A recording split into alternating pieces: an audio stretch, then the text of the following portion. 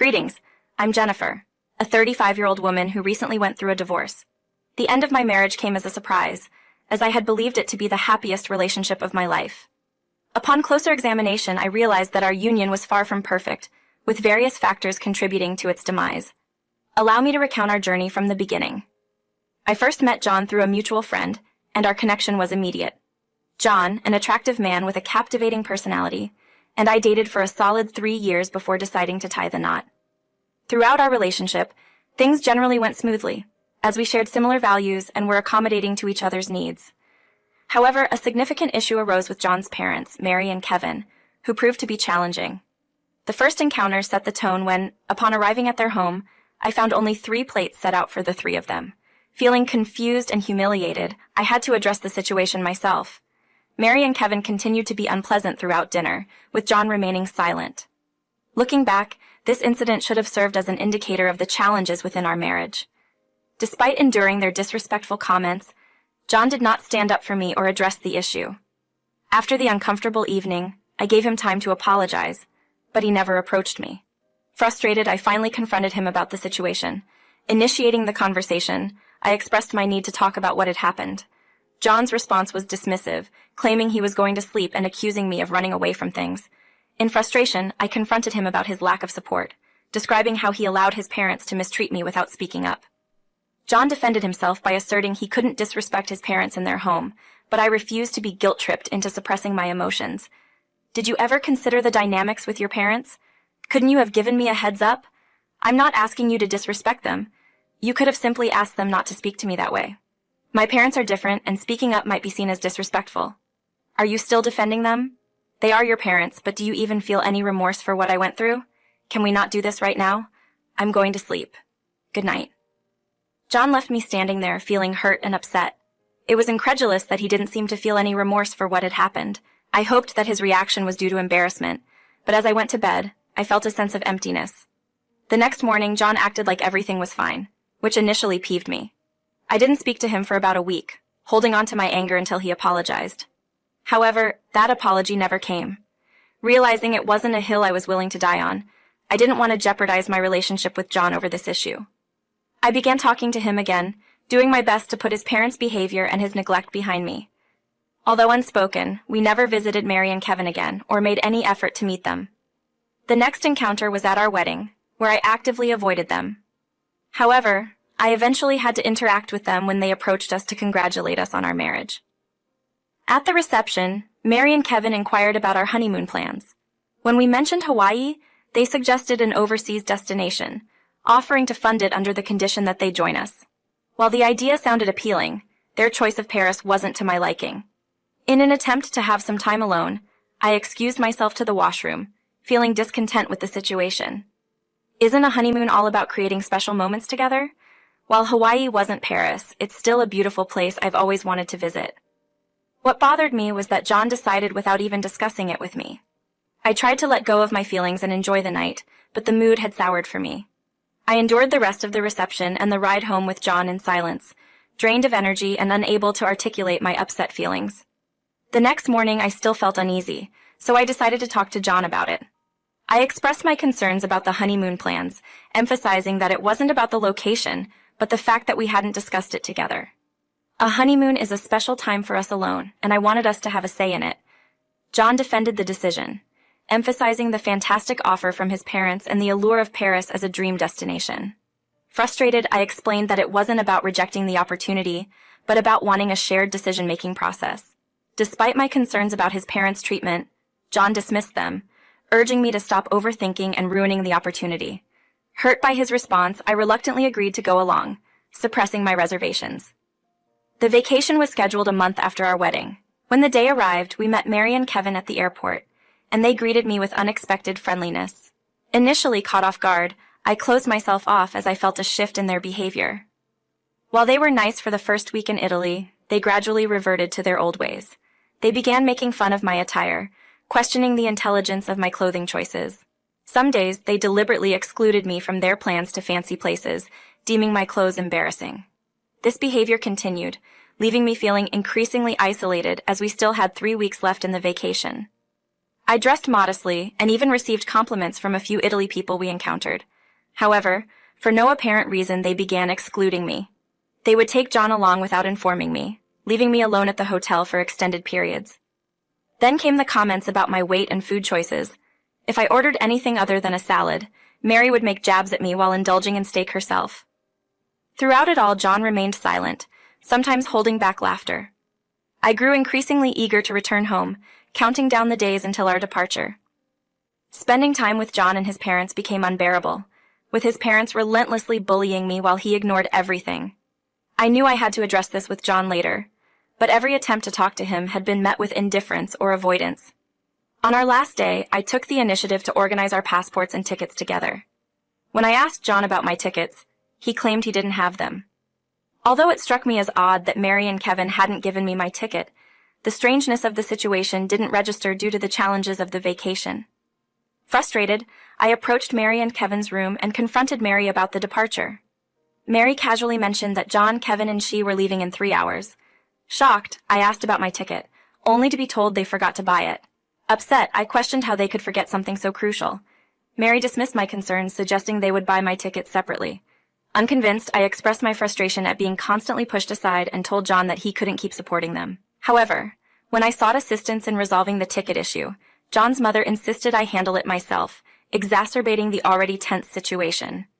John, torn between his loyalty to his parents and his relationship, was left with no clear solution as they decided he would accompany them to Turkey, leaving me to navigate my way home. The news left me utterly shocked. As John and I left their room, I repeatedly pleaded with him not to leave me alone. But he looked away in embarrassment. John explained that his parents had funded the trip from their retirement savings for him, and he couldn't disrespect them. Despite my appalled feelings, I couldn't help but think about how his parents were disrespecting his wife. Tears welled up as I watched John pack his bags. He barely looked at me, offered no apologies, and didn't even suggest covering my ticket back. Though tempted to create a scene, I felt humiliated enough. When the time came to leave, John walked away with his head down, and Mary and Kevin waved me goodbye gleefully. I was furious, fuming, and stuck alone in a foreign country. John didn't stay back with me, compounding my anger. I had endured their behavior and remarks for the entire month and tolerated John's silence, but I had reached my limit. Revenge became a compelling necessity, and I knew exactly how to achieve it. Upon discovering that John's financial stability came after his parents' retirement, who had an assumable mortgage, I saw an opportunity. They had transferred the mortgage to John when he became financially stable. Now drowning in debt, with the house on the brink of foreclosure, John nominated me as the next owner. Considering my higher income and excellent credit, I contacted my best friend Nancy, whose husband Benjamin specialized in property law. Through a conference FaceTime call, we worked out a plan detailing how I had been solely responsible for paying off the mortgage since John nominated me. Upon the transfer of the mortgage, John stopped contributing, which I initially accepted, thinking it was a time for him to enjoy some financial comfort. However, after 7 months without any contribution from him, I confronted him about his neglect. In response, he berated me, accusing me of being jealous of his lifestyle. I realized it was time to take matters into my own hands. Before taking on mortgage payments, I had a life, and in hindsight, I should have recognized that as a potential red flag about John's character as a husband. Speaking to Nancy's husband, Benjamin, shed light on the questionable and borderline insane aspects of my relationship with John. Benjamin expressed disbelief, questioning how I hadn't realized John's true nature before getting married. I admitted I was in love and believed he could do no wrong. Benjamin pointed out the insanity of John using me to pay off his home, prompting me to ask for advice on what to do next. Benjamin assured me that we could easily transfer the house into my name, considering I had been making payments for over a year. He suggested contacting the bank to remove John's name and assured me he would handle the legalities, even preparing an eviction notice. Grateful for their support, I promised to be more vigilant in the future. Knowing John and his parents had a 45-hour layover in Turkey, I planned my move strategically. They intended to stay at the airport hotel in Istanbul, and while initially I was excited to be part of the trip, I now saw it as an opportunity to serve them with an eviction notice before their return. I booked a flight home, fortunate to secure one in a couple of hours. Throughout the journey, I was a crying mess, grappling with the realization of the state my life had come to. Despite having loved John with all my heart, he never called to check on me. The satisfaction of evicting them from their own house briefly consoled me. I wondered about their predicament, realizing the three of them would have to cram into John and my apartment, which was ending its lease next month. However, I quickly dismissed any sympathy, remembering they had abandoned me without considering how I would return home. If they could treat me that way, I had no qualms about taking decisive action. Without a shred of guilt, I embarked on my plan for revenge as soon as I landed back home. Checking John and his parents' flight status, I learned they were departing in about 3 hours. Running on adrenaline and fueled by the determination for revenge, I drove straight to Mary and Kevin's house upon my arrival.